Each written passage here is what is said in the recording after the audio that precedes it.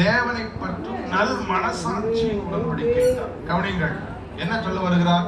அது தண்ணியில முங்கி எந்திக்கிறது இல்லப்பா, அது மனசு சம்பந்தப்பட்டதுன்றார். சொல்ல புரியுதா உங்களுக்கு? அது தண்ணியில முங்கி எந்திக்கிறது இல்ல, அது மாம்ச அழுக்கை எடுக்கிற குளியல் அல்ல, அது மனசின் அழுக்கை எடுத்து அவரோடு உடன்படிக்கையில் உட்படுத்துகிற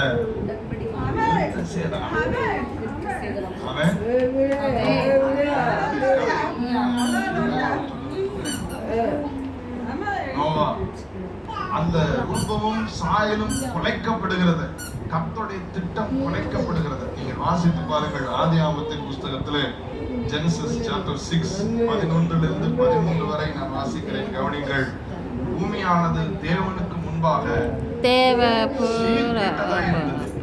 பூமி கொடுமையினால் நிறைந்து இருந்தது. தேவன் பூமியை பார்த்தார், இதோ அது சீர்கெட்டதா இருந்தது, மாம்சமான யாவரும் பூமியின் மேல் தங்கள் வழியை கெடுத்துக் கொண்டிருந்தார்கள். கவனிங்கள் வார்த்தைகளை, அவ்வளவு பேரும் சீர்கெட்டு போயிட்டாங்க. இது வசனம்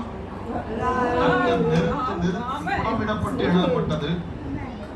If it is எல்லாம்னா எல்லாம், மாம்சமான யாவரும் பூமியின் மேல் தங்கள் வழியை கெடுத்துக் கொண்டிருந்தார்கள். அடுத்த வசனம். அப்பொழுது தேவன் நோவாவை நோக்கி, யாரை நோக்கி? மாம்சமான யாவரின் முடிவை எனக்கு முன்பாக வந்தது, அவர்களாலே பூமி கொடுமையினாலே நிறைந்தது, நான் அவர்களை பூமியோடும் கூட அழித்து போட போகிறேன். ஏன் நோவாவிடத்துல சொல்ல வேண்டும் என்றால், இந்த எல்லா மாம்சமும் சீர்கெட்டு போயிருக்கும் பொழுது 8வது வசனத்தை நீங்கள் கவனித்து பார்த்தால், அது 6, 8, 9, நோவாவுக்கோ கர்த்தருடைய கண்களில் கிருபை கிடைக்கும். ஹலோ, அவ்வளவு பேர்களையும் பேட் ரிமார்க் இருந்தாலும் கர்த்தர் உங்க பேர்ல தனியா குட் ரிமார்க் சொல்லுகிற ஒரு தனித்தன்மையோட நீங்கள் வாழ்வதற்கு, எல்லாரும் அப்படிதானே இருக்காங்க, நான் அப்படி எடுத்துட்டு போறேன். மாம்சமான யாவரும் தன் வழியை சீர்கெடுத்துக் கொண்டிருந்தார்கள், ஆனால் நோவாவுக்கும் மனிதனுடைய பேரை சொல்கிறார் கர்த்தர். நான் சொல்லுகிறேன், நோவா ஒரு சந்ததிக்கு துவக்கமாக மாறினார். பூமி அனைத்தையும் கர்த்தர் அழித்த பொழுது இந்த Noah was a new beginning. நான் சொல்லுகிறேன், உங்களை சுற்றி இருக்கிற எல்லாம் அழிந்து போனாலும் நீங்கள் ஒரு புதிய துவக்கமாக உங்கள் சந்ததிக்கு இருக்க முடியும், உங்கள் குடும்பத்துக்கு இருக்க முடியும். இதுவரைக்கும் என்ன நடந்துச்சு, எப்படி நடந்துச்சு எனக்கு தெரியாது. You can break it and you can begin a new beginning. நீங்கள் ஒரு புதிய துவக்கமாக கைதட்டி தேவனை அந்நிய பாஷை பேச ஆவில நிறைய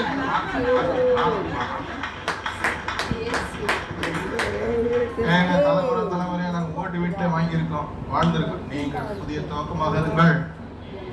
தலைமுறையா நாங்கள் அடிமையாவே வாழ்ந்திருக்கோம். நீங்கள் ஒரு புதிய துவக்கமாக அநேகருக்கு வேலை கொடுக்கிற ஒரு யோசேப்பாக மாறுங்கள். நாங்கள் தலைமுறையாக இந்த மீன் பிடிக்கிற தொழில தான் இருந்திருக்கோம். நீங்கள் ஒரு புதிய துவக்கமாக மாறலாம். ஆமென். நீங்கள் ஒரு புதிய துவக்கமாக மாறுங்கள். நாங்கள் தலைமுறையாக அல்ப வயசுலேயே ஆட்கள் காணாத அவ்வளவுதான் அவுட் ஆயிடுறாங்க. நீங்க you can break every bondage and be a new beginning.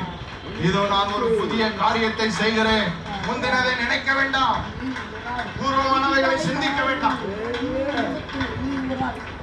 பூமி அனைத்தும் சீர்கெட்டிருந்தது, ஆனால் ஒரு நோவாவை கர்த்தர் பார்க்கிறார். நோவாவுக்கு கர்த்தருடைய கண்களிலே கிருபை கிடைத்தது. 9வது வசனத்தை கவனித்து பாருங்கள்.